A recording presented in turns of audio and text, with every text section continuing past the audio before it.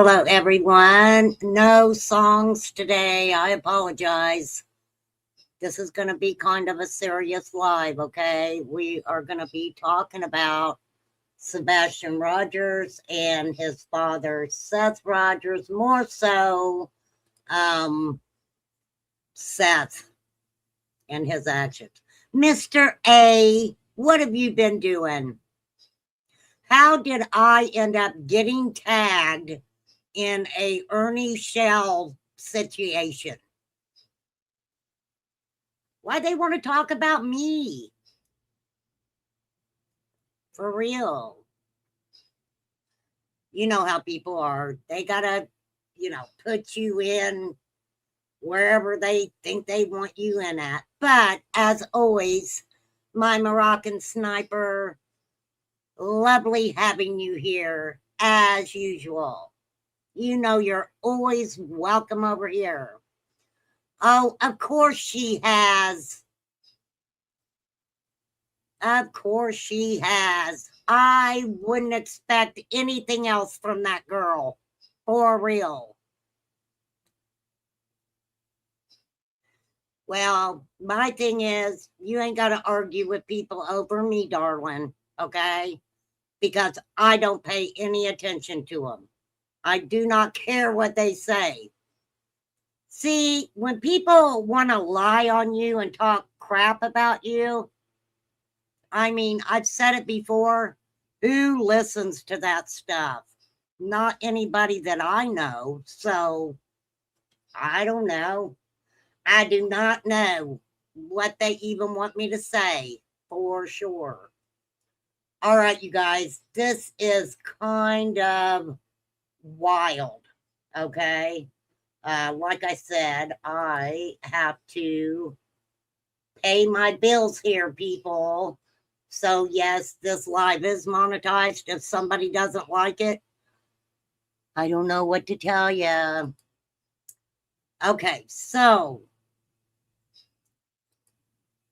it is very sad that Sebastian Rogers has not been found as of yet. And I definitely have my opinions on that.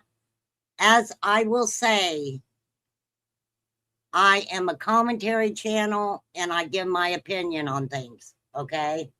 Now, this is Sebastian. Sebastian went missing. Hold on. I have his timeline pulled up here. Sebastian was last seen by his mother in February of 2024. One thing I will put out there, and I do not have the link to Duchess's channel. Hey, Courtney Reed, good to see you. Look, I hope everybody is staying cool today. It is so hot outside, extremely hot. So everybody come on and sit down on the porch and grab your lemonade. And let's talk about this. So Sebastian Rogers went missing, was last seen by his mother in February 2024. His disappearance prompted massive searches, but tips yielded no results. Authorities say there is currently no evidence of criminal activity. Now, I have talked about Sebastian Rogers' case over here prior. I haven't done it in a while, and I'm going to tell you guys, hey, Kawana, good to see you. I'm going to let you guys know why. And this is my feelings. This is the way I felt. I wasn't in tune with Sebastian's father, Seth Rogers. Okay? And hey, if people were pro Seth Rogers, that is completely up to you guys. Completely up to you guys. I am not here to like Seth Rogers or not like Seth Rogers. I did not personally care for the way that he came out on social media and spoke of his son. Okay? There's a difference between speaking about something and speaking of something. Seth came out and said some things about Sebastian and his life that personally, I didn't agree with.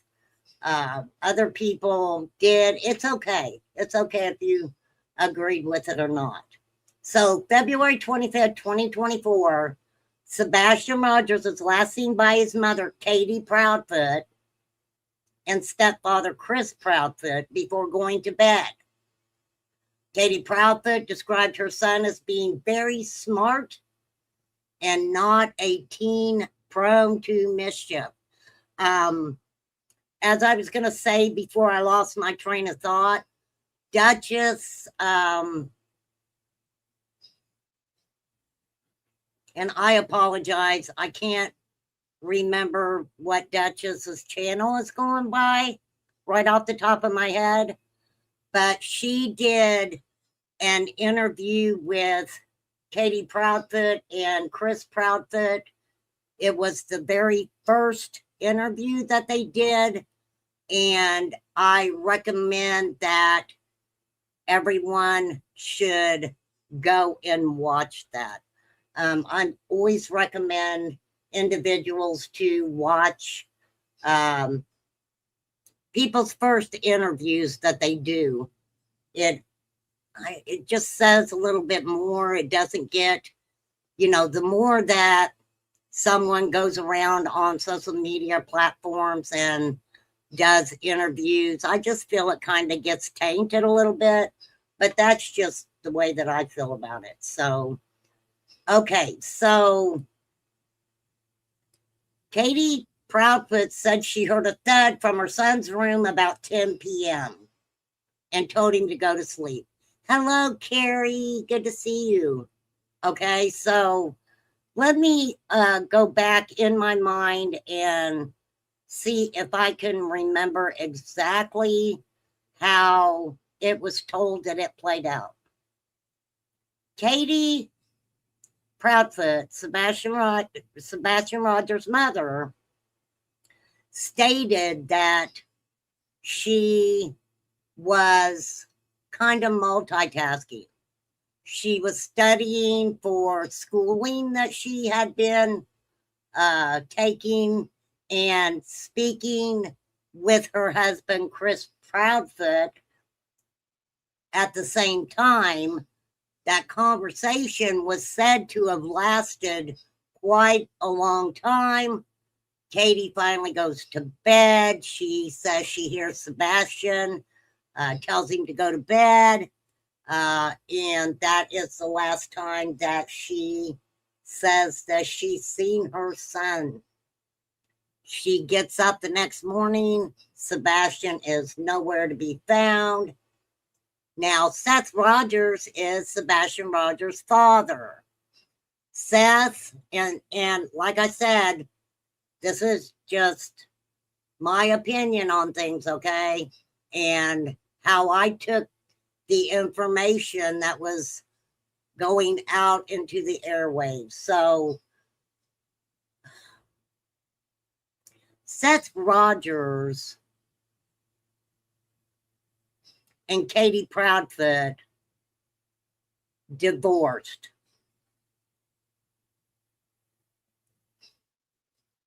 Katie then married Chris Proudfoot.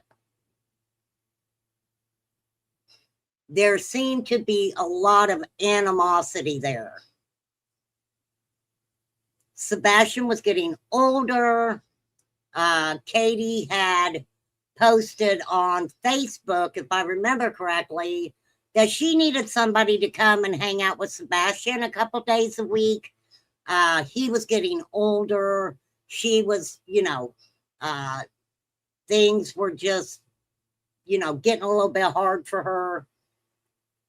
So they contact Seth Rogers, Sebastian's father, and speak with him about moving to their area to help with Sebastian.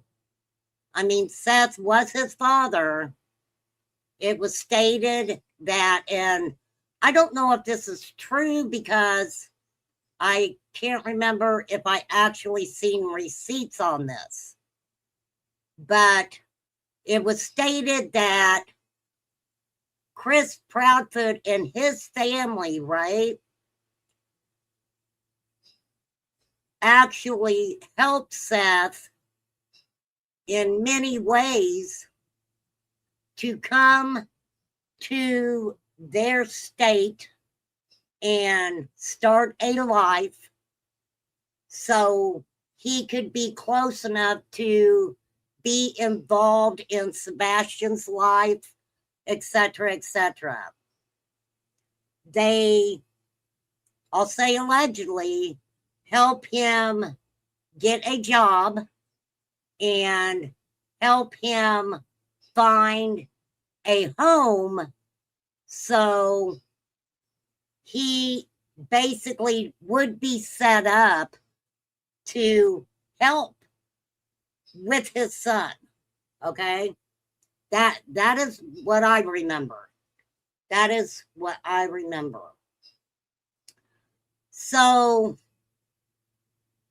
it came out. Now, on February 26th is when Katie says she woke up and Sebastian was nowhere to be found.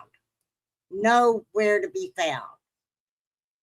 Now, Chris Proudfoot had actually been working in a different state, I want to say. He was a heavy machine operator, if I remember correctly. If I remember that correctly. So I do know that there at first was an endangered child alert. On the 27th is when there was an Amber Alert issued for Sebastian. Now, we don't want to forget Sebastian was 15 years old.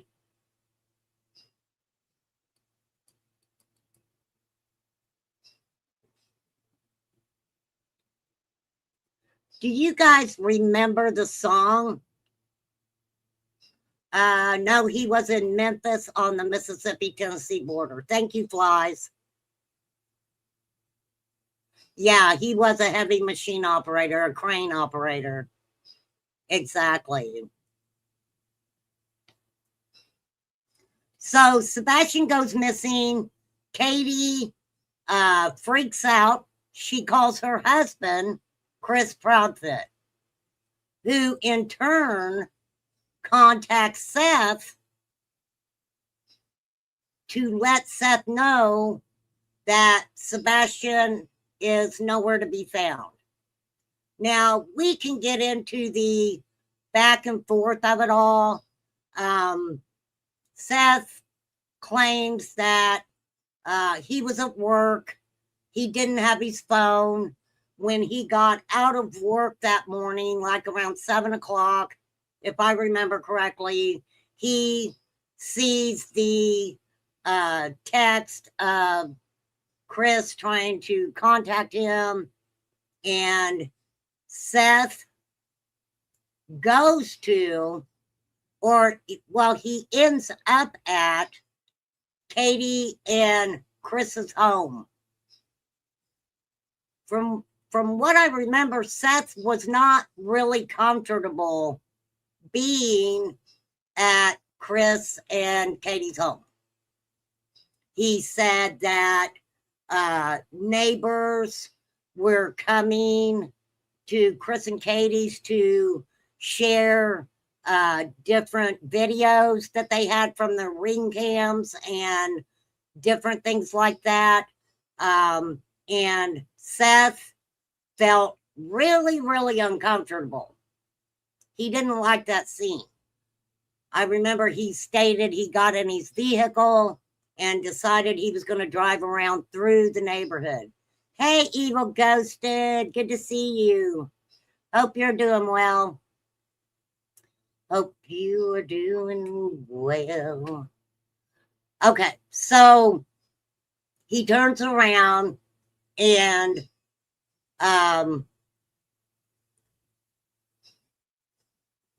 Sebastian had a lot of,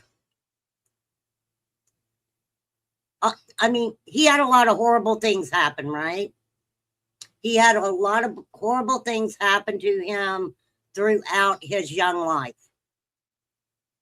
There had been a situation where an older child, hey Grumble, an older child had done some horrible things to Sebastian. Katie was in the military. Katie had military psychiatrist, different entities that were trying to help Sebastian. Seth did not like it. Seth did not like it. Seth did not feel that these individuals were trying to help his son. There ended up being a big brouhaha about it, and Seth was escorted off of the military base. Okay. I've talked about this before. Seth Rogers, dang, Montrese. What is that, Montrese? Seth Rogers met Katie Proudfoot when she was very young. Very, very young. Okay. He married Katie. They ended up having Sebastian. Katie ended up going into the service because she needed stability for her family, right? You're at work. Working for a living. Okay. So one of the reasons, and this is just me being honest, one of the reasons I didn't follow Sebastian's case after a certain point in time was because of the nonsense that I felt his father was, portraying out into the public spectrum. That, you guys, he said some pretty horrible things. Pretty horrible things. There was no proof that Sebastian's mother did anything to him. There was no proof that Sebastian's stepfather did anything to Sebastian. I know that they did talk about some CPS reports. Now, we're not sure exactly what those CPS reports said, and we will get into that because Seth is filing a lawsuit against the sheriff, and there's two different lawsuits going on, right?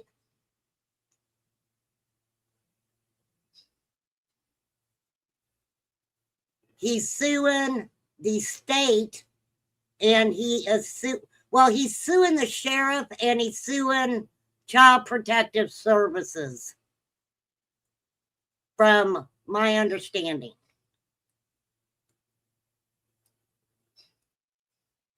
Now, Let's go back into memory lane. Sandy, I am waving at you.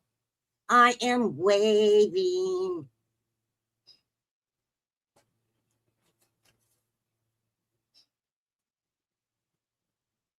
Hey, hey, Ernie Shell, screw you. Nobody wants to come over into your heap of a dump channel anyway over here, mister. That idiot, he tagged me on something. It was called "We Don't Like Trash Over Here." I'm like, why the fuck are you tagging me, dumbass? And Ernie, I have friends in high places, and guess what? They don't even want to mess with your foolish ass. How about that? Okay, sorry I had to mention Ernie. He's such a loser. Zena. Okay, so this whole thing is crazy. So Seth, throughout the time that Sebastian's missing and everyone is trying to find him,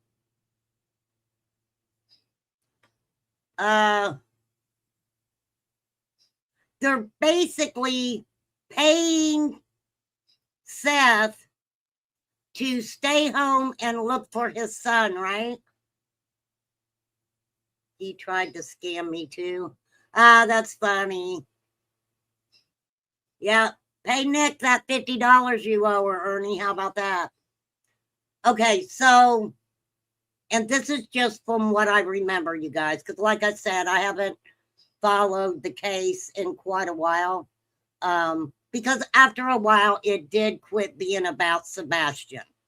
And that is my opinion, and I'm going to stick with it, okay? Definitely quit being about Sebastian and became about Seth Rogers. So Sebastian goes missing. Everyone that has a heart was making sure that Seth's bills were taken care of. They made sure he had, overflowing gas in his vehicle. They made sure that he was eating well. They were making sure that Seth was well taken care of. That's the truth. So Seth immediately comes out and wants his ex-wife Katie to show him attention, right? Oh yes, his co-workers gave up overtime payments to him. Yes, they did, so he could stay off work longer. And so everybody was trying really hard. They were being so sympathetic with Seth. I'm still sympathetic with Seth. I really am. His son is missing. And when I think about this case, I'm going to tell you where my mind goes. If you like it, you like it. If you don't, you don't. When Sebastian went missing, law enforcement went to Seth's home. They took his phones. They took his little gaming device. They took what they needed from Seth. They did. Now, let me tell you something. Hey, Flies, will you drop Evil Ghost's link in chat for me, please? I would appreciate it. And Duchess's too. I can't remember. I'm sorry, Duchess. I can't remember the name. I apologize. Duchess is something podcast or something, but thank you. Thank you, ma'am. I know that you don't get paid, but I appreciate you. I do. I love my mods. They're good people. They are. Okay, anywho. Yes, Duchess's channel is the channel that interviewed Katie and Chris Proudfit, the first interview. That's why Remain Calm says it's important if y'all want to listen to it. So, thank you, Sandy. I love my mods too. I do. Okay, so where was I going at with that?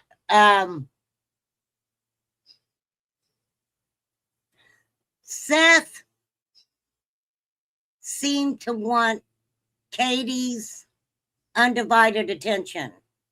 Katie did not want any freaking anybody even discussing Seth with her at all, right? At all. For sure. So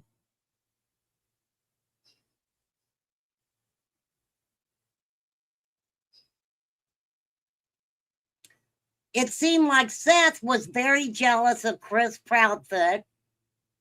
He spoke about him and Katie's divorce. He spoke about how, Katie was a dirty dog bee, that, he wanted Katie's attention. And hey, when sometimes people get divorced and, one of the people, just they just don't like it. But no, he wanted Katie's attention. I feel he was very jealous of what Chris and Katie had. There's just so much. Now you guys know why I don't talk about Sebastian that often. And it was sad to me because a lot of people did kind of step back from speaking about Sebastian missing because of Seth and his actions.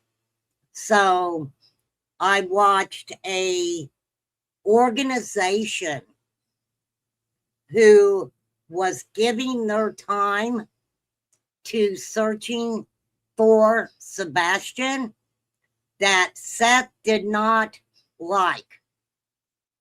Seth felt, and like I said, commentary in my opinion channel, Seth felt that he needed to have control over everything. Everything.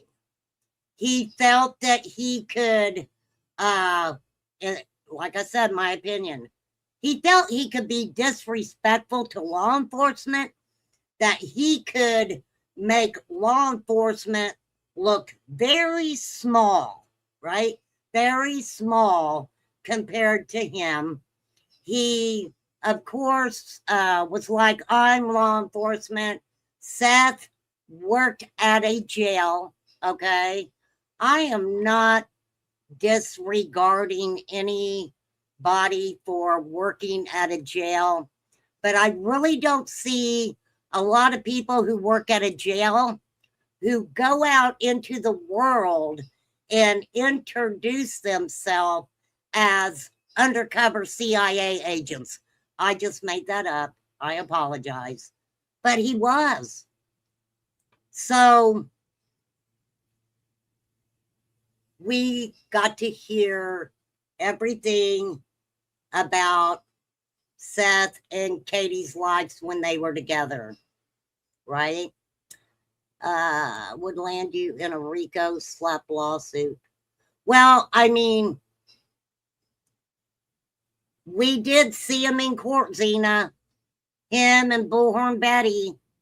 Now, from my understanding, and I am going to say rest in peace, Tony Mathis.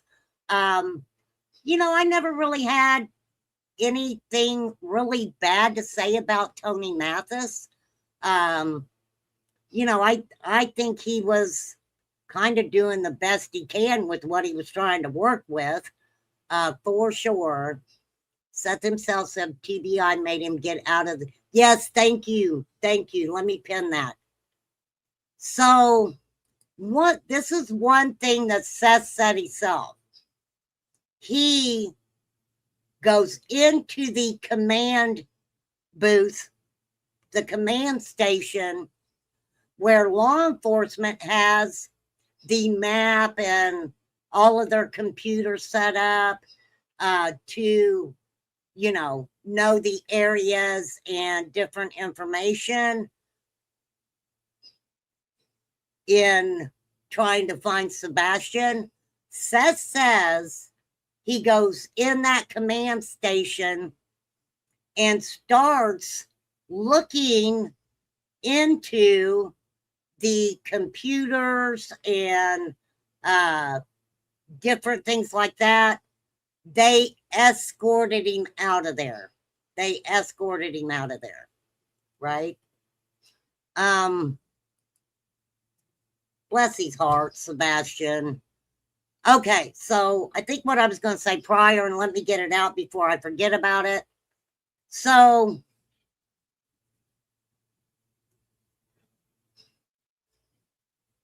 I forgot what I was going to say already.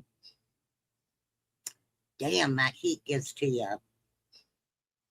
Right?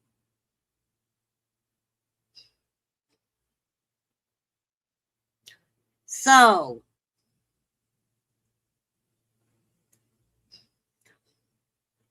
from my understanding, and I might be repeating myself. Hey, May.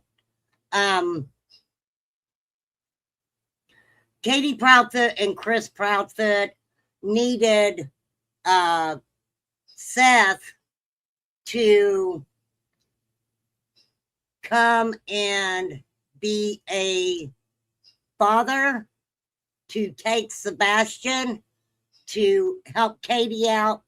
Also, Chris Proudfoot had a daughter that he was wanting visitation of, and they basically needed Seth to start taking Sebastian and letting him stay at his home while Chris's daughter was at the residence, right? Now, that's what I took from that situation. So Seth Rogers, he starts bringing Sebastian to his home. And you guys, come on. To me, it doesn't matter who helped him get the place where he was living at. It doesn't matter. It didn't matter that they helped him get his job. That didn't matter. Not to me anyway. What was important was the fact that they were trying to help Seth in a way where he could start spending time with his son and being a father, letting him come and stay, etc., etc. So Seth has, of course, devices, right? And Sebastian plays games on Seth's devices. Seth said, this was always very important to me in Sebastian going missing. Seth said that Sebastian would use his devices to play games, right? He would play games under Seth's account. Very important. Very important. Because that says that he was playing those games under an adult's account. So you can probably guess that he was playing with other adults, right? Do you remember when he told Trevor Lee that Sebastian was his son, not Trevor's, and stopped doing stuff like flyers and organizing searches? Let me tell you what I remember about that, Flies. I remember when Trevor was up on a creators panel and Seth came up on that panel and disrespected Trevor Lee on that person's panel. That was very sad to me, because absolutely Seth did not want anyone to have any control over his son missing. You guys tell me if you remember this.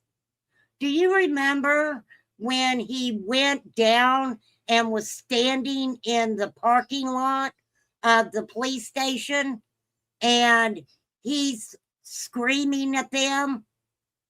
And then all of a sudden, right, he pulls, he reaches in to his pockets and he pulls them out like rabbit ears and says, I don't have any more money to look for my son.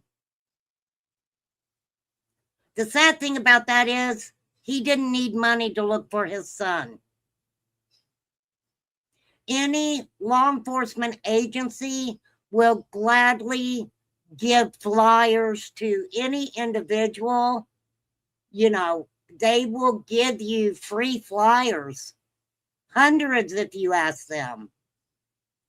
He never looked for him.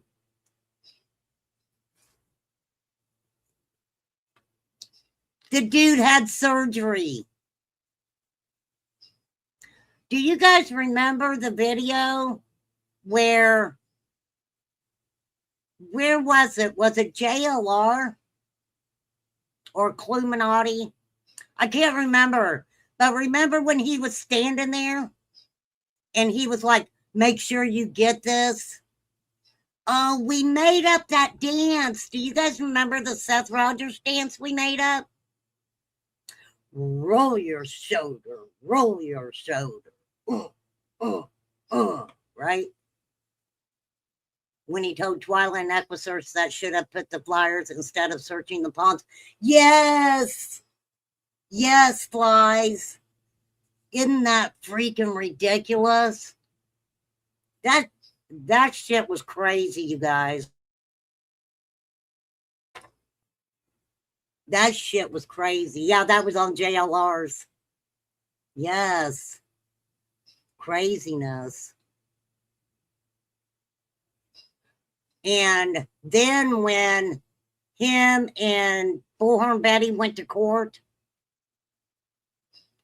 and Betty was like, they're trying to make me be quiet. And he comes out there and he says, now they're going to hear my voice. If they're trying to silence her, they're going to hear my voice now, right?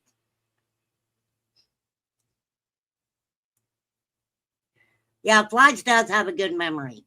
She absolutely does. If I was Sebastian, I would have run away. I just hope he is somewhere safe. Okay, let's get back to the devices, okay? Because this always bothered me. And I think that we've talked about a individual right after Sebastian went missing that was extradited back to Hendersonville, Tennessee, I believe, that was doing inappropriate things with young people online, okay? And the guy was extradited from, if I remember, Illinois back to Tennessee. He was doing inappropriate things with these kids online. So I vividly remember Seth Rogers throwing a fit throwing a fit because they had not returned his devices. He was upset about it. I want my devices back. Well, what people need to understand, I'm sure law enforcement, could have looked through those devices very quickly. But just as a layman, the way that I see it, every person that were on those devices had to be checked out. Now, do you guys remember Uncle Taco? That's how crazy this stuff is. We had some dude named Uncle Taco that came into the picture. It was freaking craziness. Now, from what I remember about Uncle Taco was like, I really want to be there. I want to look for my nephew, Sebastian, but I don't have the money. I'm like, why, when a child goes missing, do we see it become about money? We see it become about money. Now, I'm not going to sit here and dog on Seth for having surgery. He messed his neck up. I guess he thought that was the best time to have surgery.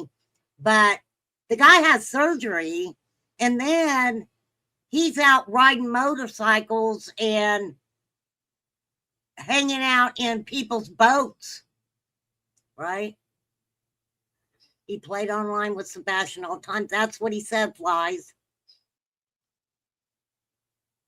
He needed his rent and electric paid along with the paid vacation. Yeah, he said, if I remember, Uncle Taco took care of his grandchildren or something. And there ain't nothing wrong with that, right? Thank you, May May. Thank you. So Seth immediately felt that no matter what anybody did, if they did not go through him first, that they just weren't good enough to look for his son or be involved in his missing son case. He immediately started verbally attacking Katie and wanting Katie to respond to things that he was saying. Now, Katie never spoke out or spoke to Seth until Seth came out on a platform and spoke about sexual things that had happened to Sebastian, and that just, to me, that was so uncool. And I'll tell you, who was that, Flies, that he went on his platform? I can't remember the guy's name, but I know you do, girl. But he went on that platform and he started talking about Sebastian, and the conversation was Pascal's. Thank you. He goes on Pascal's and he starts saying things that I felt, and this is the way I felt, that if Sebastian was in a situation where he was with someone, a pedo or whatever, That would have been music to a pedo's ear, right? That would have been, that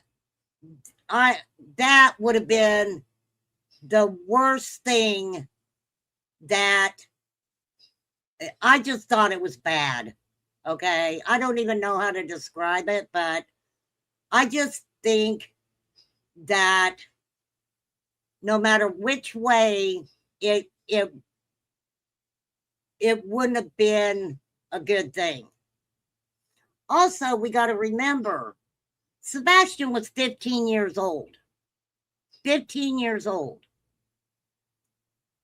He could have met someone online that no one knew about. Absolutely could have.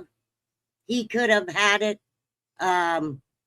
ready to leave at any time. He went out to dinner with his mom the night before.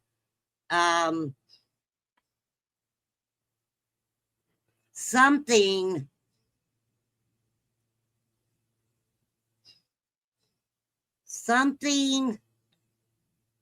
because we don't really know what time Sebastian actually left that house. We don't know. All we know is Katie found him gone that next morning, right? That's a strange age for boys. Yeah, it is. It is. For sure. For sure. So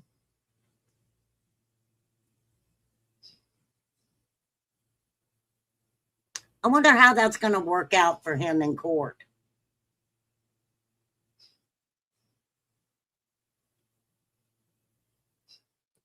So more than 2 years after Sebastian vanished from his Hendersonville home, his family says the agencies charged with protecting his son and later finding him failed at both.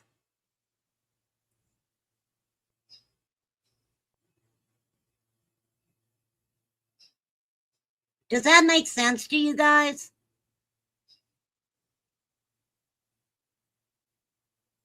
So if this goes to court, I wonder if the CPS paperwork's going to be in there. Okay, Sebastian was 15 years old. He was autistic. They said he had severe ADHD and a rare chromosomal condition that required daily support.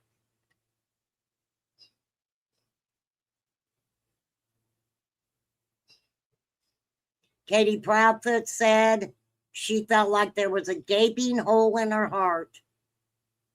Chris Proudfoot stated he felt hopeless, right? He felt hopeless.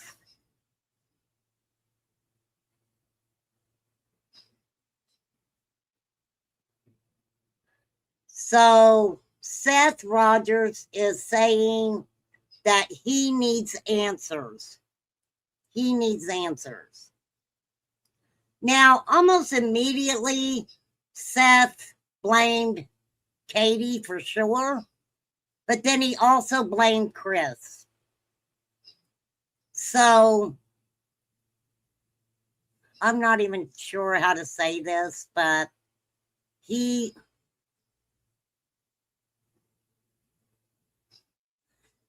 basically came out and said that Chris Proudfoot was trying to get rid of Sebastian because he wanted visitation for his daughter and did not want Sebastian to be around his daughter because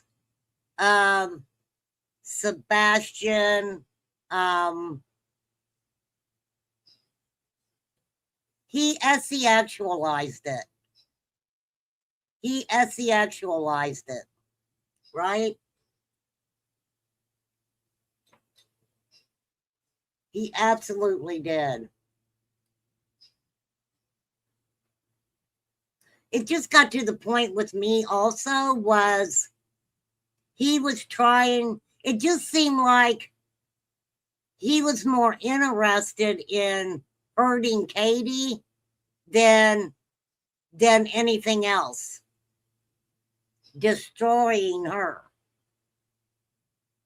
Okay, so he filed 2 federal lawsuits that accused the agencies responsible for protecting Sebastian before he disappeared and investigating his disappearance afterwards, of failing him at nearly every stage.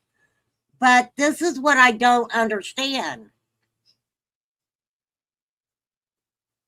Sebastian was a part of Sebastian was a part of Seth's life. Sebastian had been going over and spending time with Seth.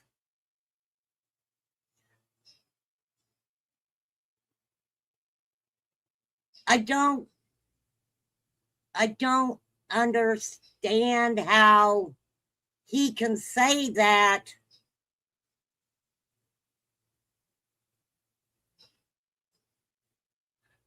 But then again, Seth did say he did not know that CPS did not contact him about reports that had his son's name in it.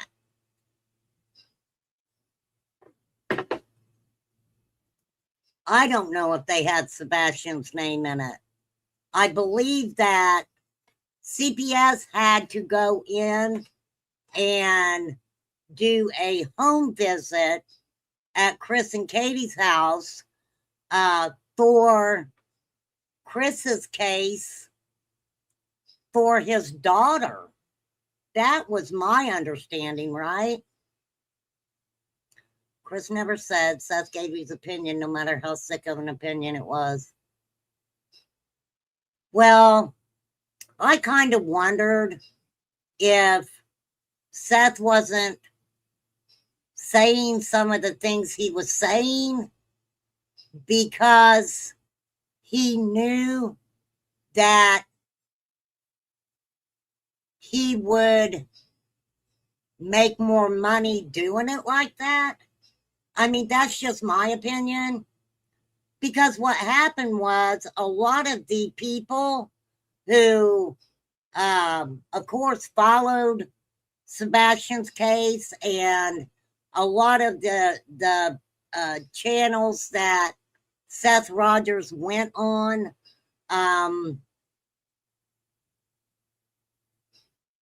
Seth Rogers knew exactly what transpired with the Summer Wells case on social media, and he followed those platforms. He absolutely went to a lot of the platforms that, you know, covered Summer's case. And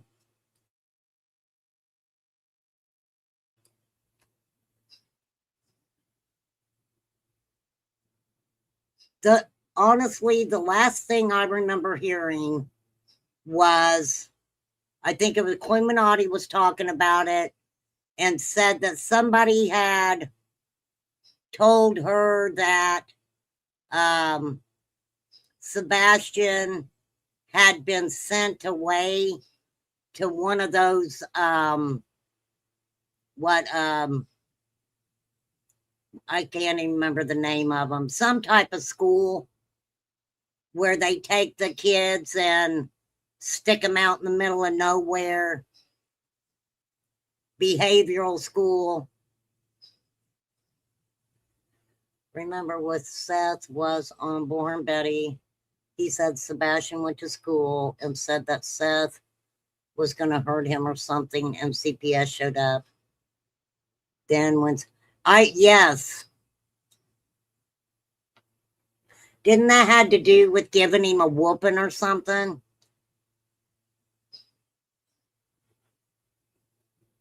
He showed him. Yes. He showed him on a game what a real bloodbath looked like. Yes. Absolutely. And you've got Katie, who at one time was asking for help to keep an eye on Sebastian for a few hours, a few days a week until she got home from work. But Seth Rogers himself admitted that he would leave Sebastian at his place by himself. Said he would go to the store, he would go different places. I'll never forget when he talked about giving a waitress Sebastian's number. Do you guys remember that? Giving a waitress Sebastian's phone number. Now, was that true? I don't know. I think Seth said a lot of things for dramatic purposes.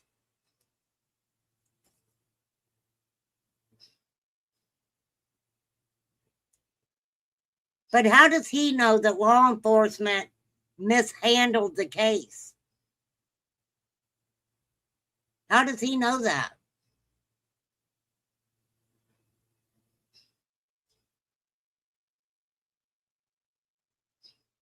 There was only one place that I remember Seth going to that they showed publicly, and that's when he went to that rest area, right? Someone said that they possibly seen Sebastian at this rest area or something. And he drove there, I think. Now, what people also need to realize is Seth, at some point after he and Katie divorced, had started a 501c3. Now, it was supposed to be like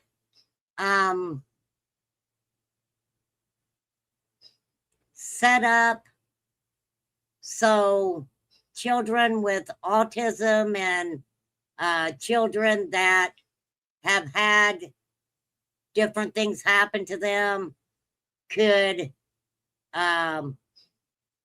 go to an area and like get animal therapy. You know, people take children and take them to an area where there's horses, and it's kind of like an emotional therapy type of thing. And so Seth Rogers was already aware of 501c3s and different things like that. He was already aware of how to do that and set it up. Seth worked nights, a lot of overtime. Yeah, well, that's what I'm saying. I truly believe that Sebastian had more access, and this is just my belief, you guys, that Sebastian had more access to devices than what Seth made out. No, he's not suing the FBI. Not at all, from my understanding.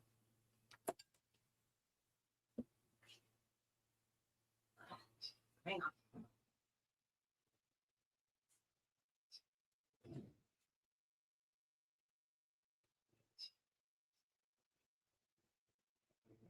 So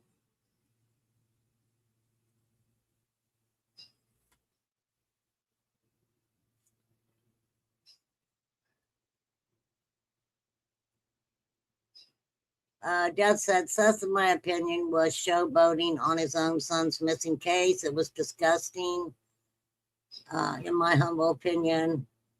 It did seem that way, Deb. For a lot of people, it seemed that way. Well, we watched him. It was like, and like I said, I'm a commentary channel. I give my opinion, and I respect you guys' opinions, however, which direction they may go. It seemed like he believed he was a celebrity, right? That is the way I seen it.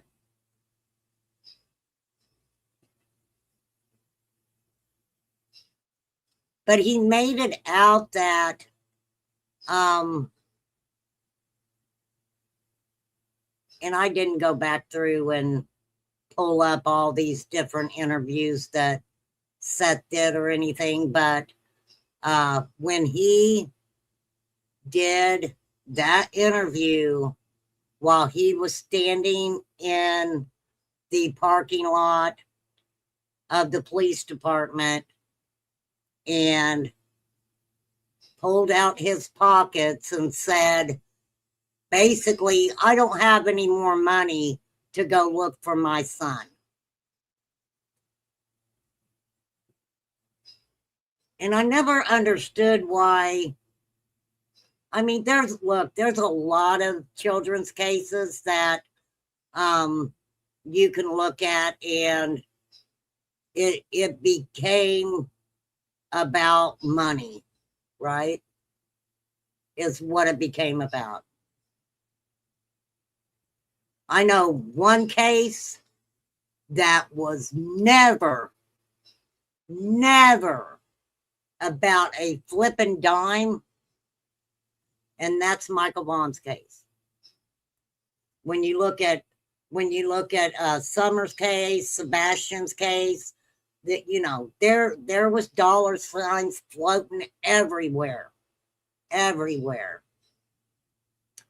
don't know what happened to Sebastian, nor do I know if anyone's involved. Chris seemed to bully people online, but Seth did too. Yeah, I mean, that thing going on between Seth and Chris was, pretty ridiculous. Yes, he did act like he was pleasuring himself on a live, talking about his son with a picture of his son up. Yes. I remember that because Flies was like, oh my gosh, this guy. Yeah. I was like, oh Lord, that is crazy. Then they were fighting over girls. You guys remember that? They were fighting over women. Craziest shit I ever seen in my life.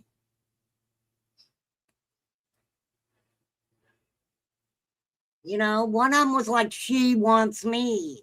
No, she wants me. It's like, come on. Yes, you did say worse than I am portraying. You absolutely, yeah. Flies is livid. I remember that.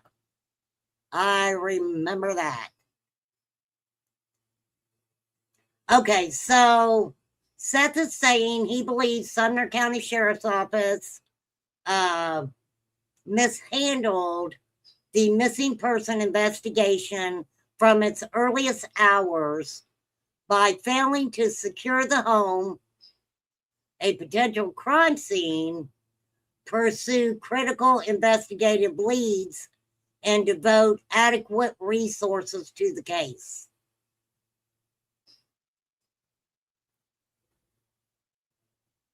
I'll be interested when this goes to court.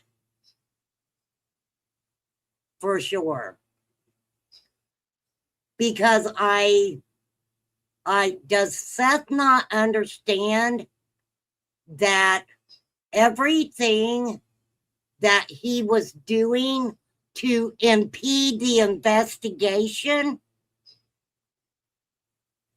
is out there in YouTube land, Facebook land, Twitter land?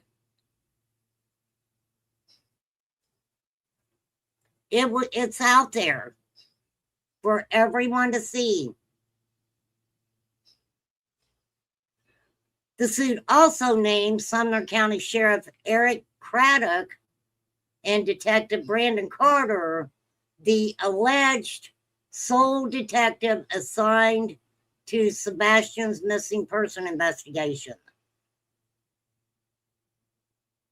Now, the second lawsuit is against the DCS, Tennessee Department of Children's Services, alleging the agency failed to protect Sebastian despite 2 closed investigations involving the teenager before he vanished.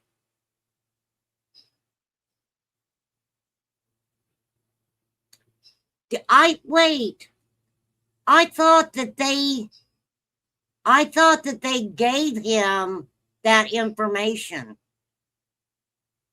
I thought that they gave Seth that information. I could be wrong.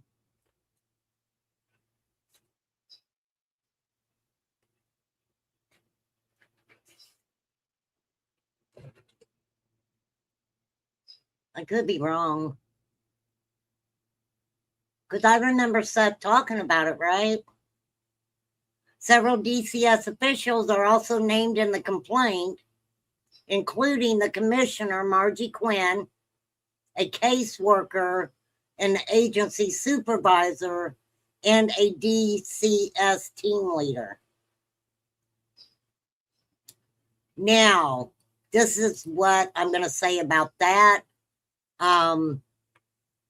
I never had to deal with the Department of Children's Services my whole life. And so I can't speak on that from experience. If Seth at some point was not involved in Sebastian's everyday life, then they wouldn't have had a need to contact him.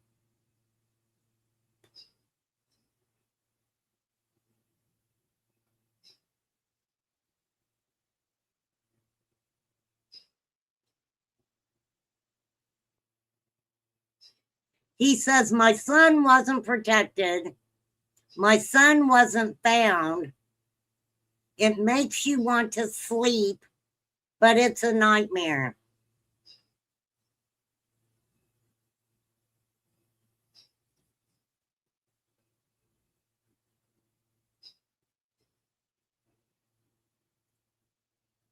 Lord Jesus.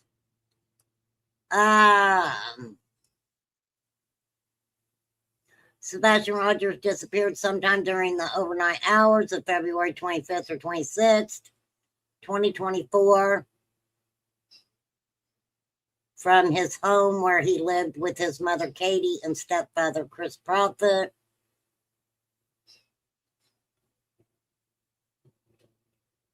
Like I said, Sebastian was 15. He had been diagnosed with autism spectrum disorder, severe combined type ADHD, and what is that? 6027Q, 6Q27 chromosome deletion syndrome. That is a rare genetic disorder associated with intellectual disabilities and developmental delays. According to court filings and his father, Sebastian required extensive support services, attended behavioral therapy multiple times each week, saw specialists at Vanderbilt University Medical Center, and had never left home by himself. Do you guys remember when he was saying that he was making Sebastian learn how to drive? He said Sebastian needed to get a job and take care of himself. Do you guys remember that? He said he did. He was going to put it out. That was on the dude that stole his woman. Yes. Yes. We don't know if it was behavior issues from school because of his autism, missing too much school, or a million other reasons that DCS was involved, like home visits for Chris. Oh, yeah, for custody for his daughter, right. Right. I think, didn't Chris Proudfoot admit that he had spanked Sebastian with a belt or something, and Sebastian went to school and told on him? It had something to do with Chris getting on to him for something, right? Yeah, that's what he said. Sebastian could get a job and take care of himself. He had just turned 15 when he went missing. Absolutely. Absolutely. Now, I don't know how old the waitress was that Seth gave her Sebastian's phone number.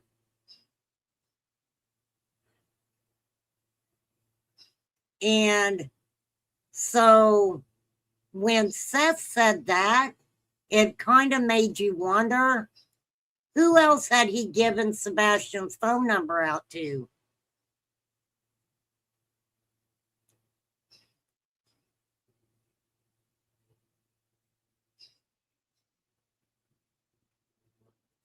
Now, if I remember correctly, Katie, she kept an eye on Sebastian, his devices, who he was,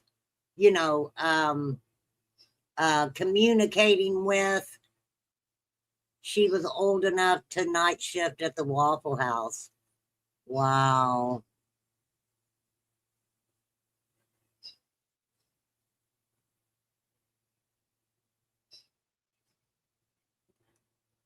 The main thing that really bothered me, besides the fact that Sebastian was 15, he went missing, just poof, disappeared, was when very quickly, there was an individual from Illinois that was sent, extradited to Tennessee for inappropriate things done with a child.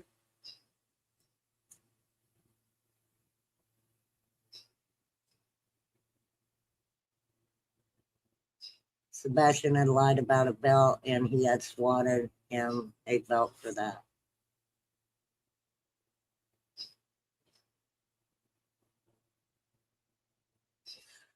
This is just the way I feel about it, and this may make sense or not make sense. Why would Chris or Katie, either one, do anything to harm Sebastian after they took it upon themselves, from my understanding, to move his father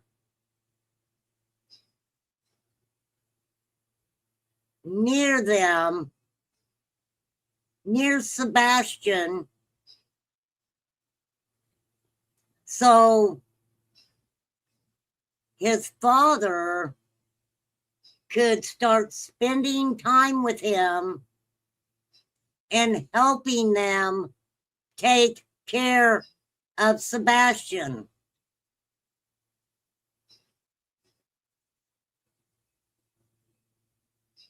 Another thing that I ain't gonna forget is when Seth Rogers complained about the home that Chris Proudfoot's family acquired for him to move there, to be near his son. That was weird to me. That was weird to me.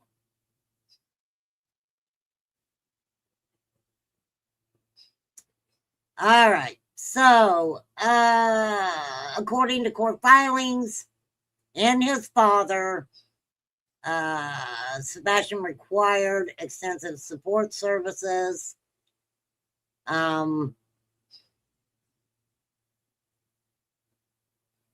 If Sebastian attended behavioral therapy multiple times each week, saw specialists,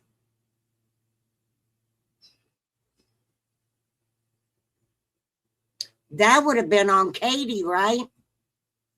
He also made that Chris's mom, who worked in real estate, didn't buy him a bigger house. Yes, yes. Oh, yeah, T-Rev. T-Rev took his girl. That's right. It's coming back to me now. T-Rev, you little devil, you. I remember that. They were fighting over that girl. Didn't she have like a dog sanctuary or something? And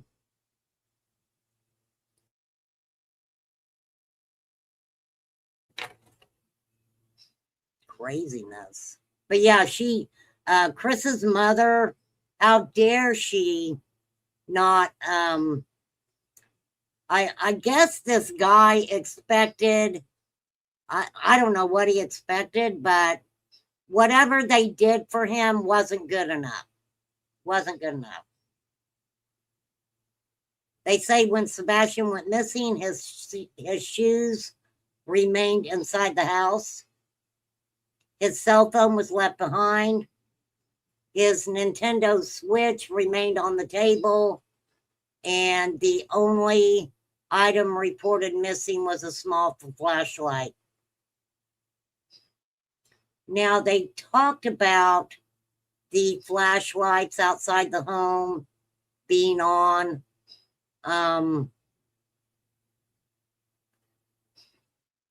That was a whole big thing about the flashlights. Oh, now see, that brings back Justin and his monkey on Nancy Grace. Who could forget that? Justin and his monkey on Nancy Grace.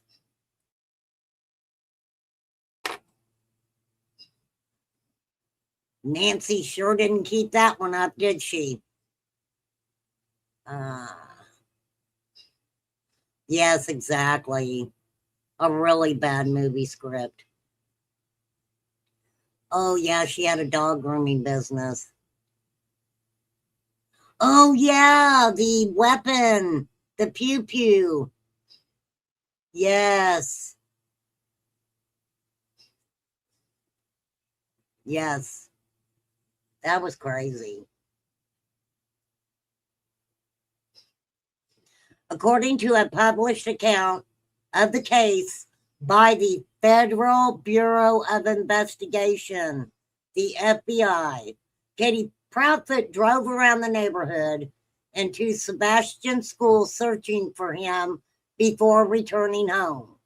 During that time, Sebastian's stepfather, Chris Proudfoot, who was reportedly 3 hours away in Southwest Tennessee for work, called the local emergency communication center to report Sebastian missing. And hey, Chris, this is the way. Bye, Sandy. Have a good one.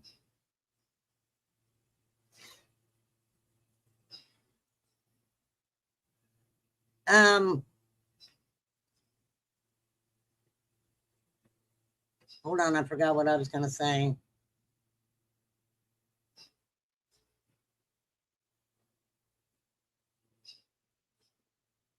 Soon after his disappearance, Sebastian's mother insisted that he had never run away before. She does not know why he would have walked out the door. For Seth Rogers, however, the suggestion that Sebastian simply wandered away never made sense.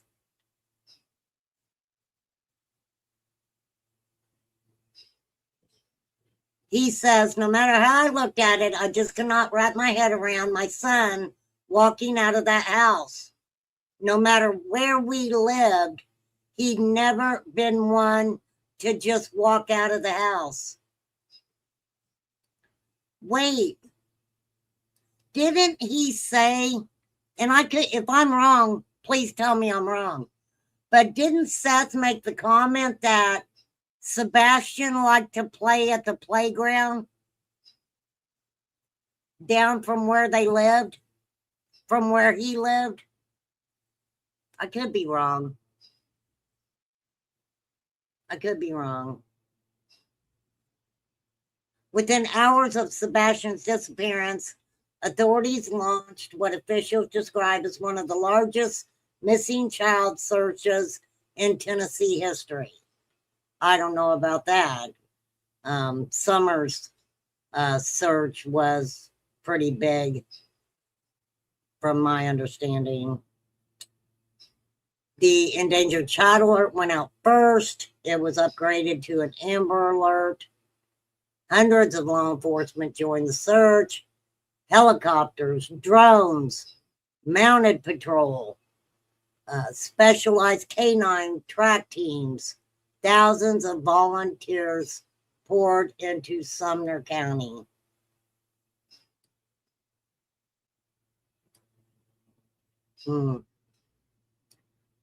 Search teams eventually expanded into Kentucky, where investigators searched a landfill after receiving information they believed warranted additional investigation.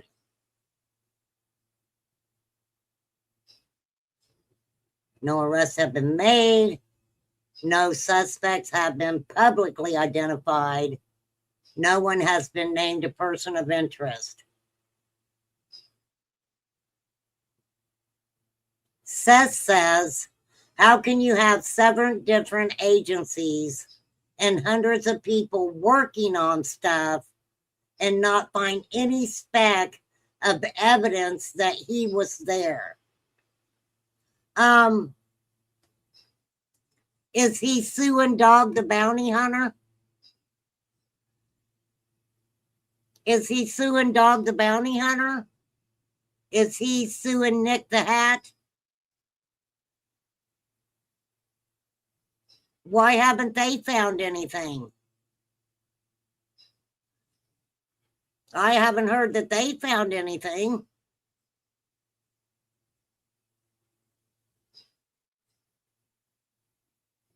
I don't look, I mean, seriously, I don't think it's wrong for any parent to be upset with law enforcement.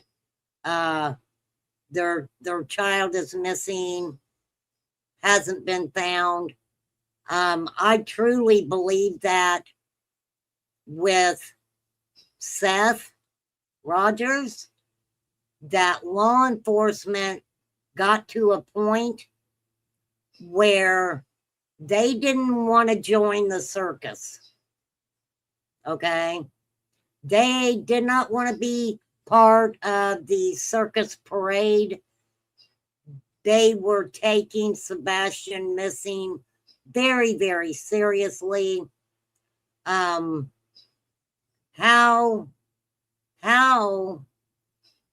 can law enforcement do their job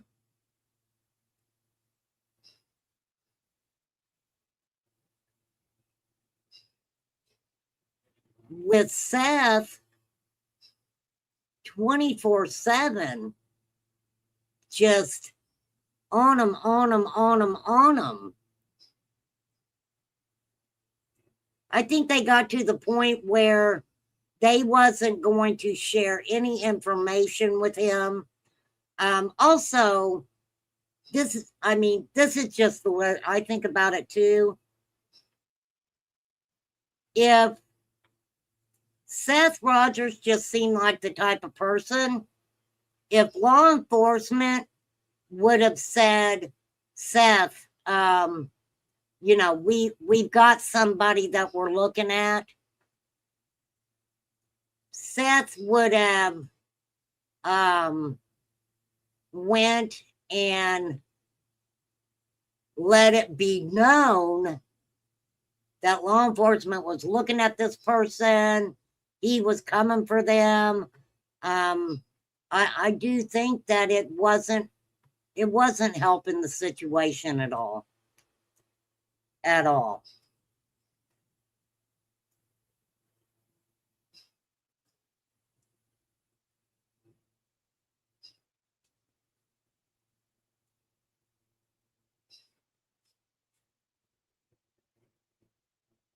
And I'm sure Seth absolutely wants his son home.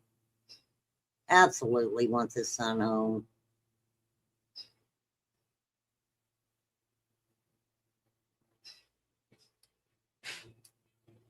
But that does happen. I mean, not to switch cases, and I strongly believe that some parents did not run to YouTube with intimate details. They would be more transparent with the parents. I agree with you, T-Talk. I absolutely agree. Absolutely. From observation, Seth would be a risk for the case, wanting all tips himself and him following the leads. Yeah, because yeah, he would have came to YouTube and told it for sure. But I thought with Dog the Bounty Hunter on the case that, I mean, I thought Dog would already found out what happened. For sure.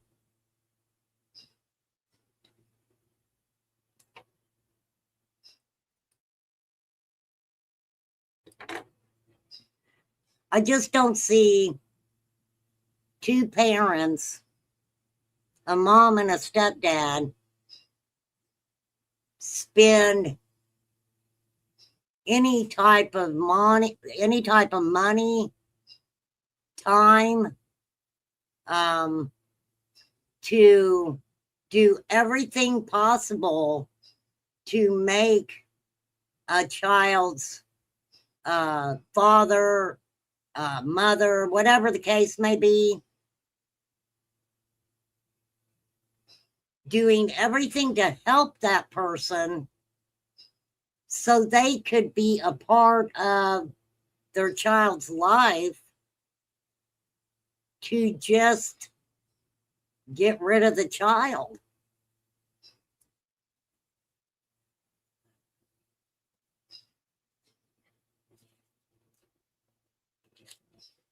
And Sebastian was 15 years old. If him and Katie would have got into a fight, there would have been signs of there being a struggle in the house.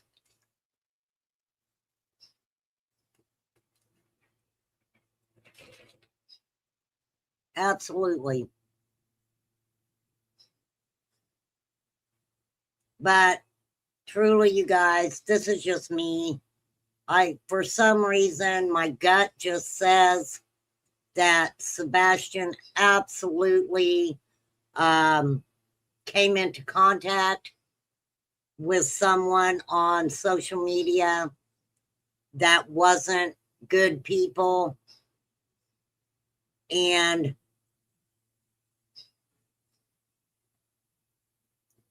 dog had book release around the time. Yes, he did. He had a book release.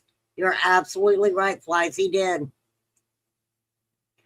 Yeah, he kept calling Seth Sean. Yeah, that was on News Nation, wasn't it? I think he was talking to Ashley Banfield, and dog kept calling Seth Sean. And then, of course, he talked about the book he had just released on that segment. And Seth sat there and didn't say a word. Did not say a word. Yeah, you guys remember that? For sure. For sure, for sure.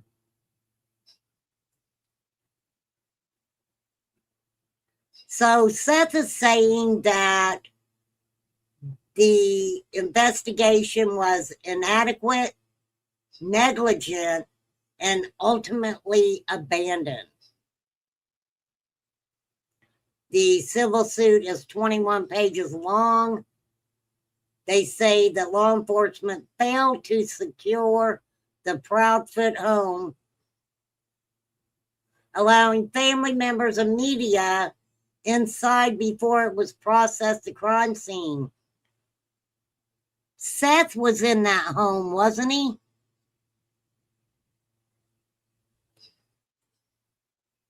Seth was in that home.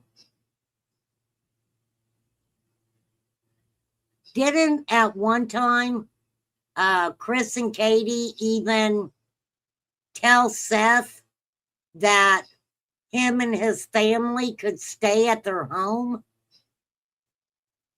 I remember that for some reason. It also alleges that investigators failed to verify Chris Proudfoot's alibi. They failed to investigate why surveillance cameras at the home were not working.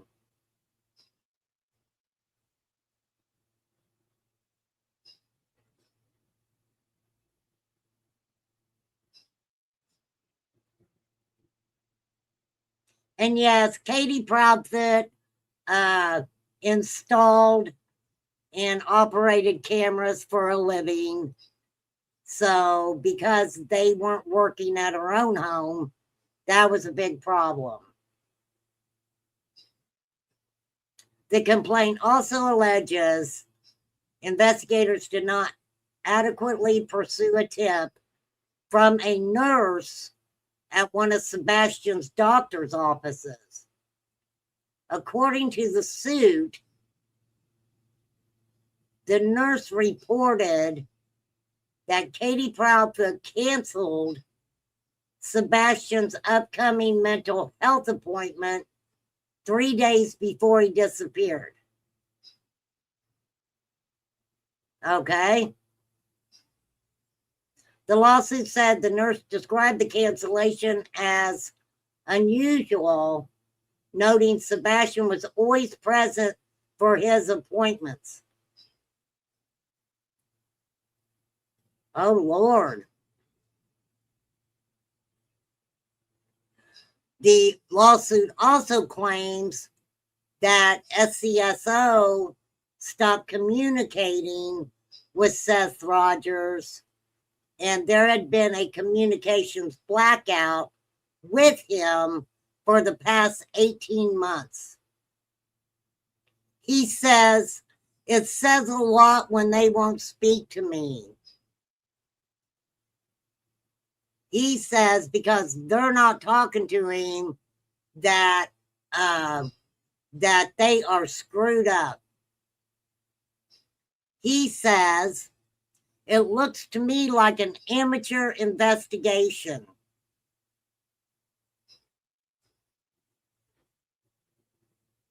Darren Ritchie is Seth Rogers' attorney.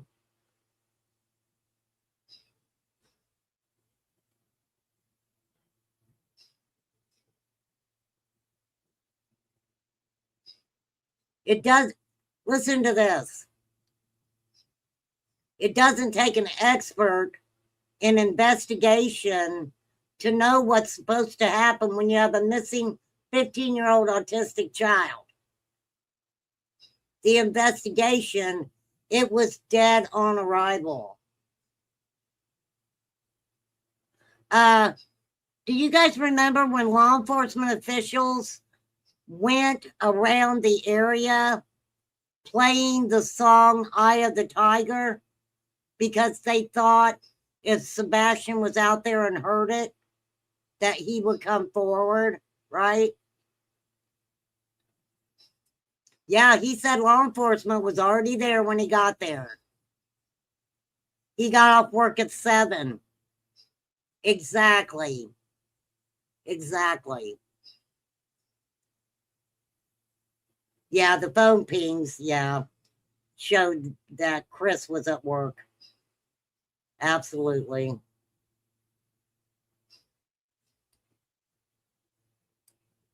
All right. So now let's go over the DCS lawsuit real quick.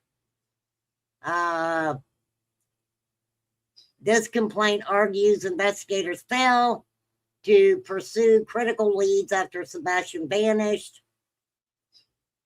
He said the agency failed to take protective steps that could have prevented Sebastian's disappearance in the first place.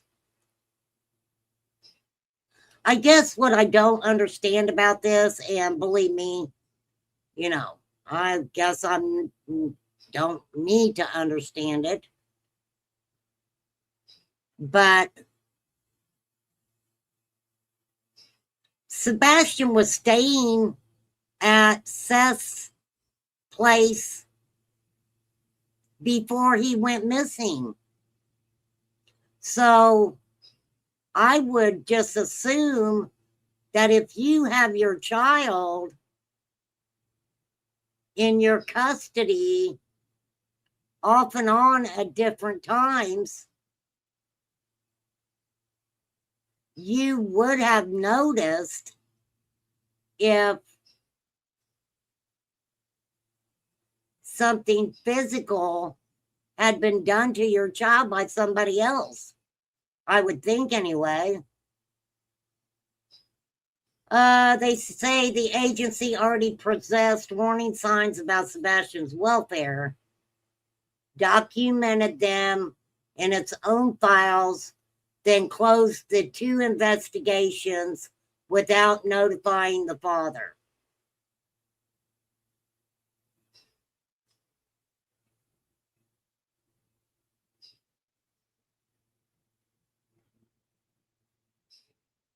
Listen to this.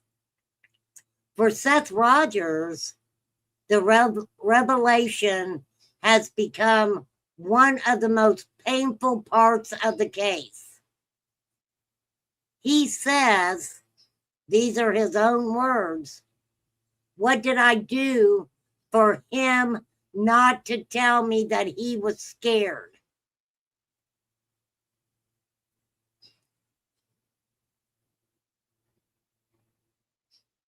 These allegations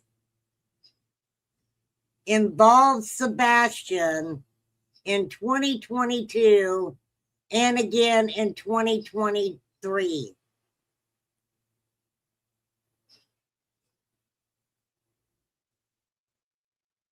He said he learned of these investigations only after hearing about them publicly, later obtaining the DCS records. Oh, listen to this. He says, why wasn't I informed?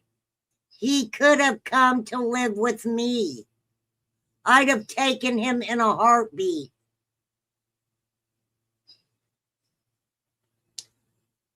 I thought he didn't want, hey Sadie, I thought he didn't want to live with him, right? Could Chris and Katie know what happened? Yes, but Seth could too. Yes, I agree. I agree. For sure. For sure. When you don't know what's happened, it's like, that was the whole point.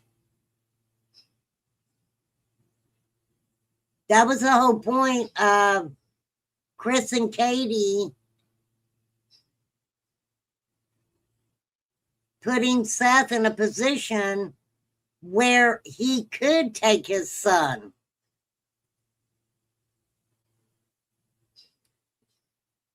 Right?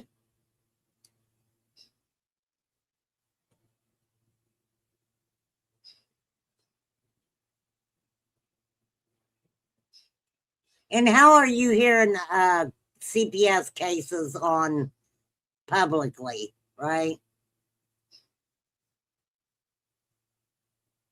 Yes, T-Talk. He is the only one fighting with law enforcement, as far as I know.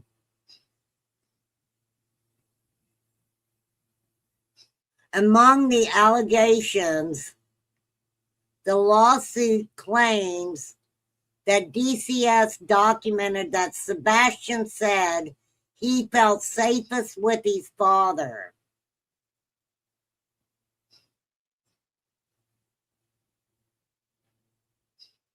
What?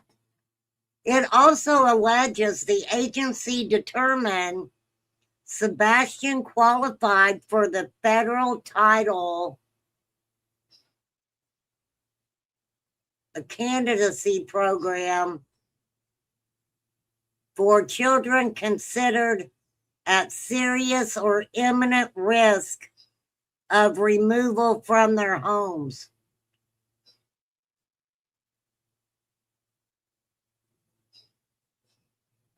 I don't know about all of this.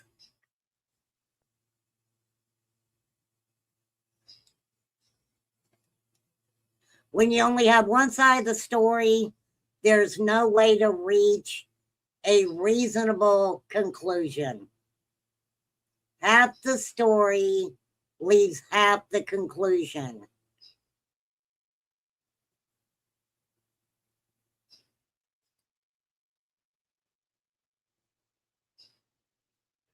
And it was weird to me because it always sounded like that Seth and Chris, they were on speaking terms, right?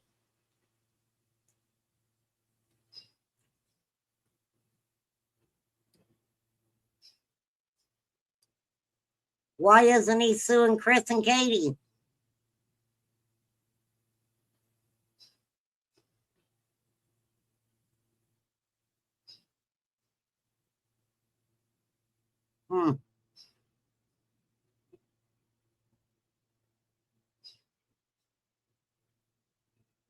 Now, granted, I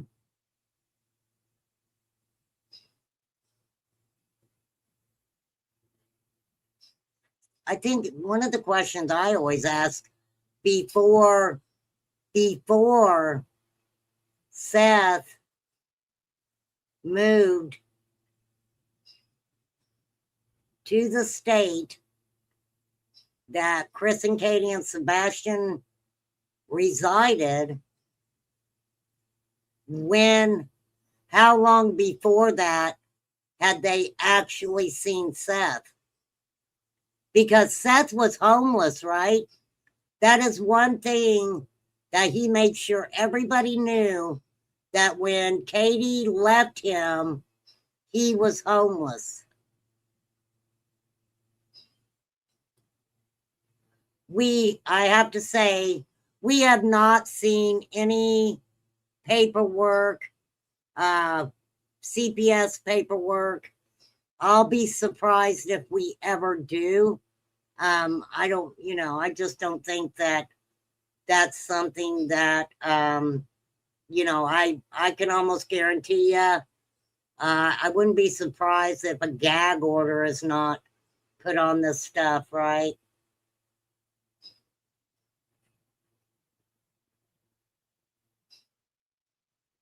But Seth had been seeing Sebastian. That's what I don't understand here. Seth had Sebastian. Sebastian had been going there and staying with Seth off and on, right?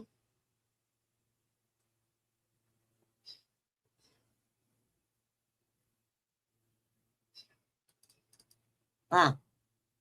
I don't know, you guys. What is he wanting? Let's see. What happens next? Federal court.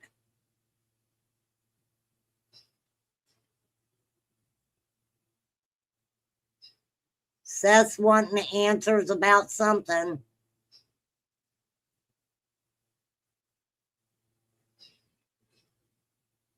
The attorney could seek investigative reports, internal communication, email, child welfare records, training materials, sworn testimony from deputies, DCS employees, and other officials involved in Sebastian's case.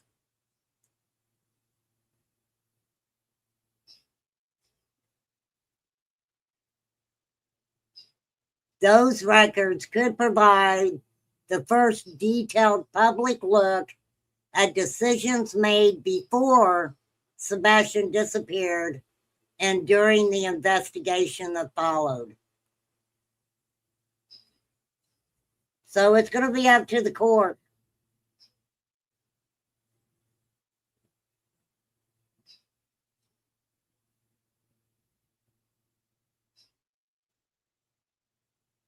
I guess we'll see, y'all.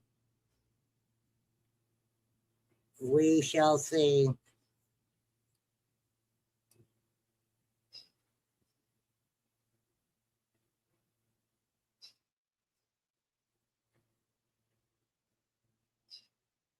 Seth says, I know they didn't do their job. You know how I know? We don't have Sebastian sitting here with us today.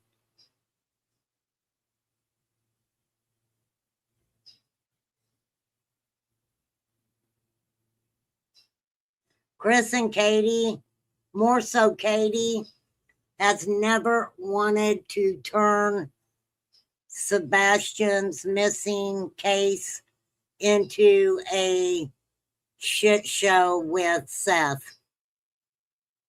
at all.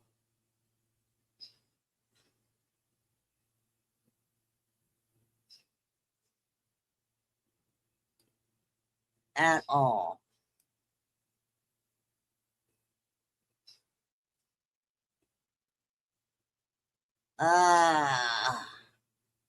In both, listen to this, in both federal cases, Seth Rogers' attorney is seeking millions of dollars,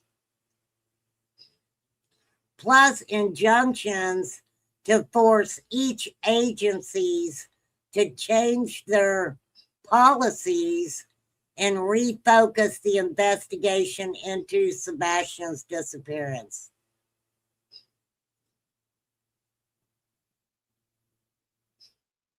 They're claiming $10 million plus punitive damages. That is just for the sheriff. $15 million for DCS.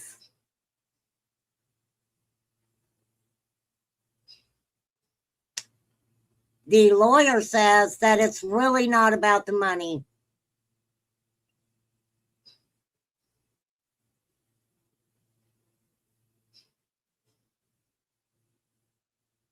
I hope Sebastian is alive and well.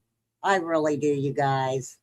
I do. I hope the best comes out of this case. I guess if all that makes Seth feel better, then what do you say? What do you say? For sure. Yeah. Well, there's always been a price tag. There's always been a price tag.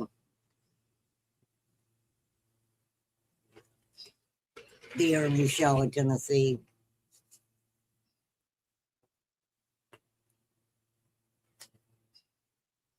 Yeah. Well,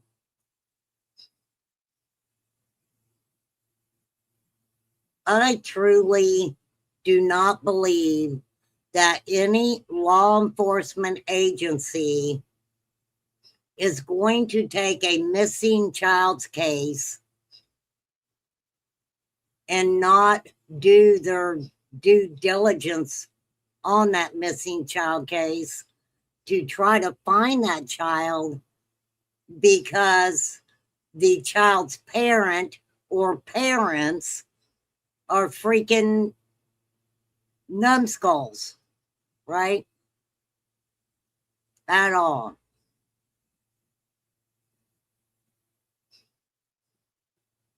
I hope they all get what they want. I just, Sebastian is missing. Sebastian is missing for sure. For sure. For sure, guys.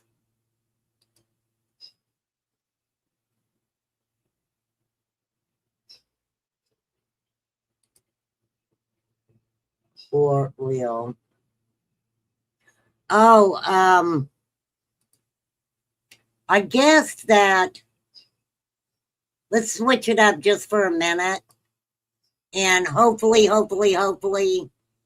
Sebastian is found, or somebody finds out what happened to Sebastian. I have to agree that, after a while, it's just like, where could he have went, right? Where could he have went? So a couple days ago, I guess that Ziggy and Six Up went back to court. I don't know who this JTR is, but it says someone, I don't know who, was restreaming the live feed for the Shelby County Superior Court, where Ziggy and Six Up are having their hearing today. Despite strict rules to not rebroadcast or record, the judge took the stream down, so now no one can watch the hearing. Thanks a lot. Oh, holy guacamole. I hope them girls figure their stuff out. For sure. The moment a parent passes a detective test, the moment they can point fingers. That's the thing about it, though. From the beginning, Seth verbally attacked everything that Katie did and said. If you go back and you watch a lot of his interviews from the beginning, what upset him the most was Katie wouldn't talk to him. Katie would not talk to him. So I'm going to mention that creator's name. She knew better.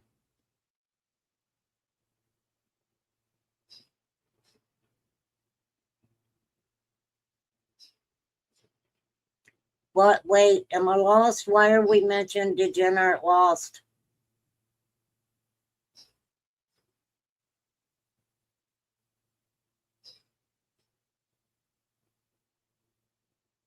What am I missing?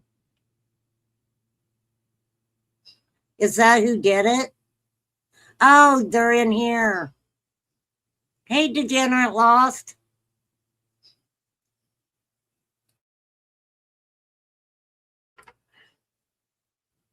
Glad you're in here. Oh, thank you. Thank you so much. Yeah, I don't know why Ernie, he must really love me or something. I mean, he just won't leave me the fuck alone. Willie. It's like, Ernie, just stop. Don't tag me in your dumb shit. I don't care what you or your little freaking sidekick has to say. It makes me no never mind. The one that restreamed. He used gems to send the flower. Oh, thanks. I know. I was in there. That's right. He's just jealous. Degenerate lost. He's just jealous because I hang out with all the cool kids. All the cool kids like me, Ernie. I have to admit, though, he cracked me up when he was like, you just want to be a mean girl. I'm like, bitch, I'd rather be a mean girl than your fucking sidekick. How about that? That is so funny. I will tell you, restreamed it when you get off. Oh, somebody streamed my stuff. Oh, interesting. I don't care about none of them people. For real. I don't get why, it's like I do. I think he undercover loves me. I do. I think he loves me. Do I have a clip? Do I have my clips turned on, degenerate? I was going to ask somebody that. Oh, Ziggy and Six Up. You guys remember when, who was in court? It had to do with Duty Ron. Duty Ron and Queen Bee. And it was around Christmas time, and somebody was in court, and they were going to let people stream it. And I remember watching it, and in court, Duty Ron's like, hey, it's our Christmas giveaway, and we're going to be giving away this and this and this. It cracked me up. I'm like, Duty Ron, you're in court. No fucking way, Flies. Are you kidding? That's ridiculous. I do my recording. Well, I know on mine, I have to check because there's a way that you can make your content where people can clip it or not.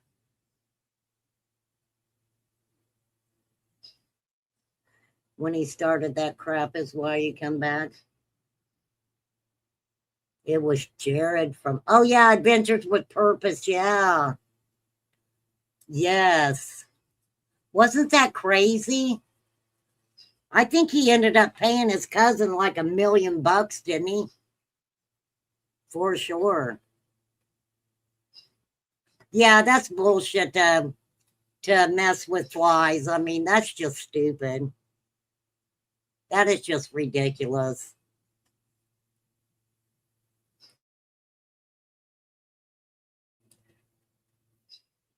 That is just freaking pettiness. That's just really being petty right there. For sure. But I don't, the thing about it is, I don't need to show Ernie stuff. I don't need to show people talking smack about me. I do not care. I do not care what those people think about me. I know what it is. He thought about me every day when he was in jail. He did. He was like, why didn't she send me my honey bun money? And I was like, dude, I am not Lisa Kay. I am not sending you honey bun money. You can forget it, mister. I didn't like the way he treated Bandit TV. I sure didn't.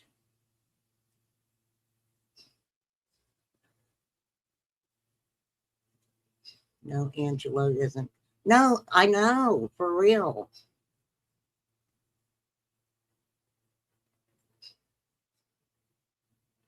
This is what I say to all of those people who know Ernie is a loser.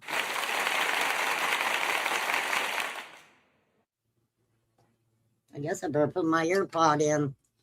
I want to hear the applause. Wait, I can't hear the applause. Do it again. Hey, he's the one that's running all the time.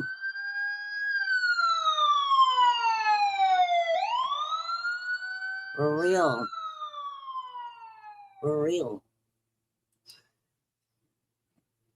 Blaming Viper for... Yes, that's what he did. He absolutely was going around and thinking that Angelo was everybody's managers on their channel. And it's like, no. For sure.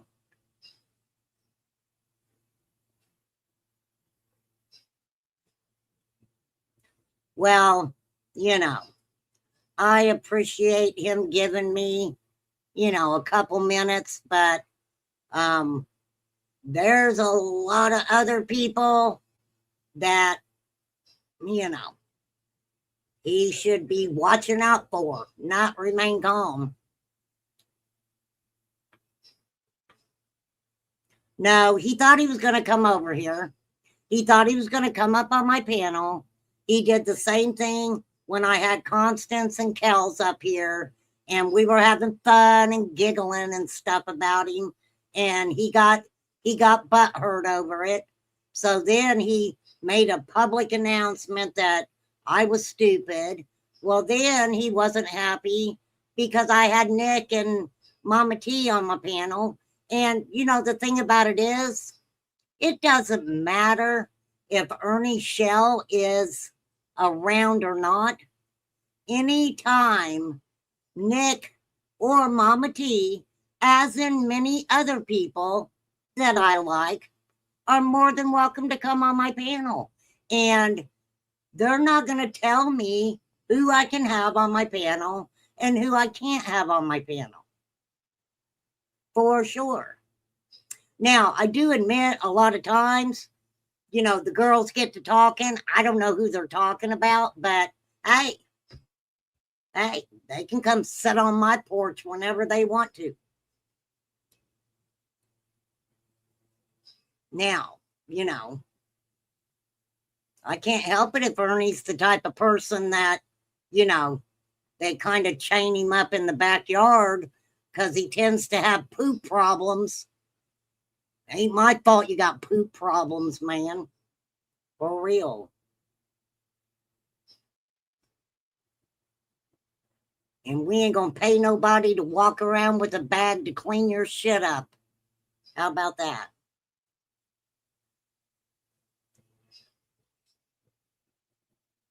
I mean, it's like, whatever.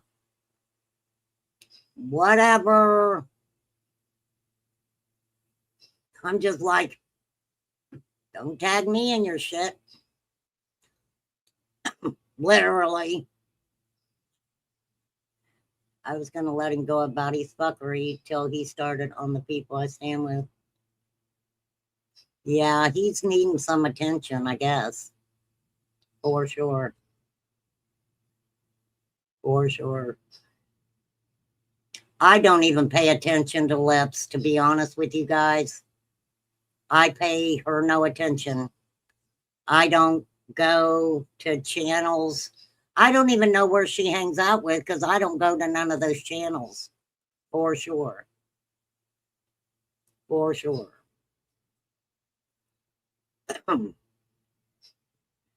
That's what pissed me off with what he did to Flies, because Flies has not talked about Ernie.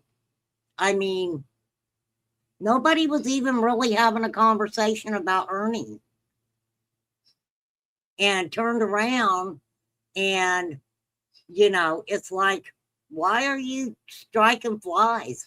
I guess the thing that really pissed me off about that was the fact that, and I'm not putting Flies' business out there, but she was sick.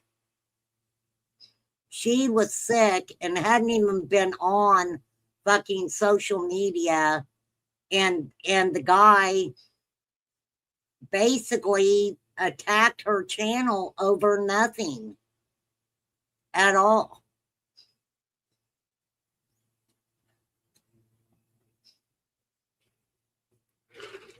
For sure.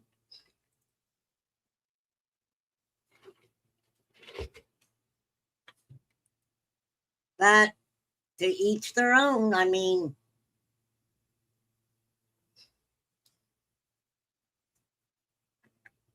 he's just, this is the thing, he's used to messing with certain people on YouTube. We've watched him do it for years. You know, he just has certain people that, but you know, it'd be a cold day in hell before Remain Calm sits and worries about Ernie Shell or his sidekicks. Don't make me no difference.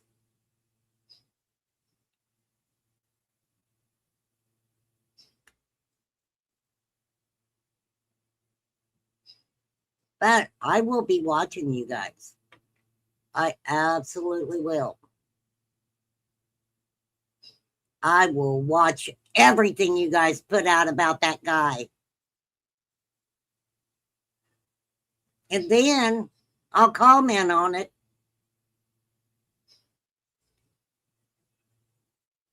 Degenerate Lost, Bumble, Grumble Bay.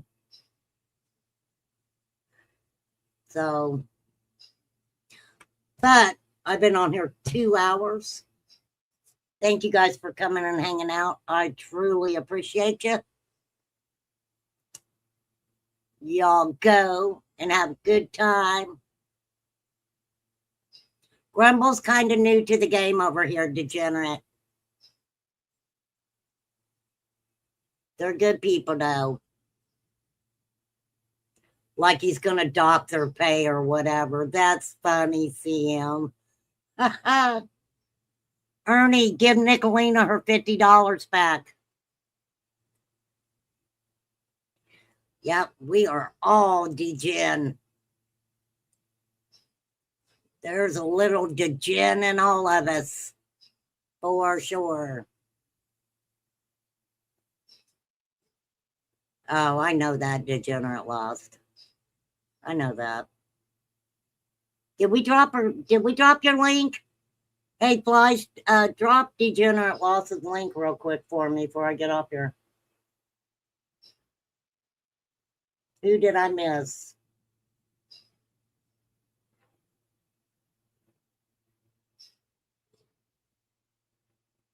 I think Ernie talked to Mama T. Yes, was that last night? I didn't stay around. I I don't need to hear what he's got to say. For sure.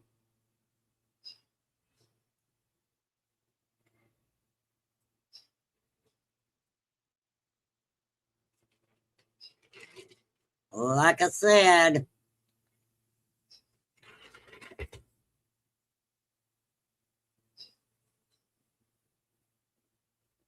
no, I didn't either. Yeah.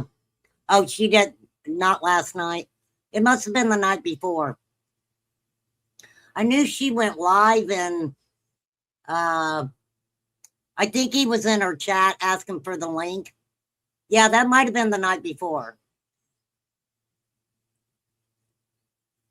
Because I just left. That guy has nothing to say that I need to hear. I have heard it all for 5 years. For 5 years, so that's a long time.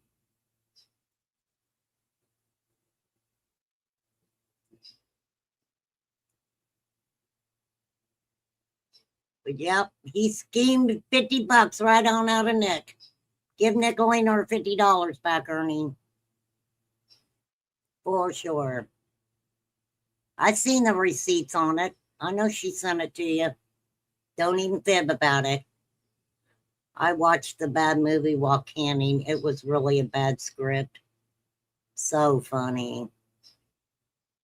That is the thing that people need to realize is some people on social media, it's very obvious when the script is called manufactured chaos because it's real obvious that it's manufactured chaos. They are not paying their actors enough. You all need to pay your actors more, for sure. All right, I'm getting my butt off here. Be you, do you, have a good time doing it.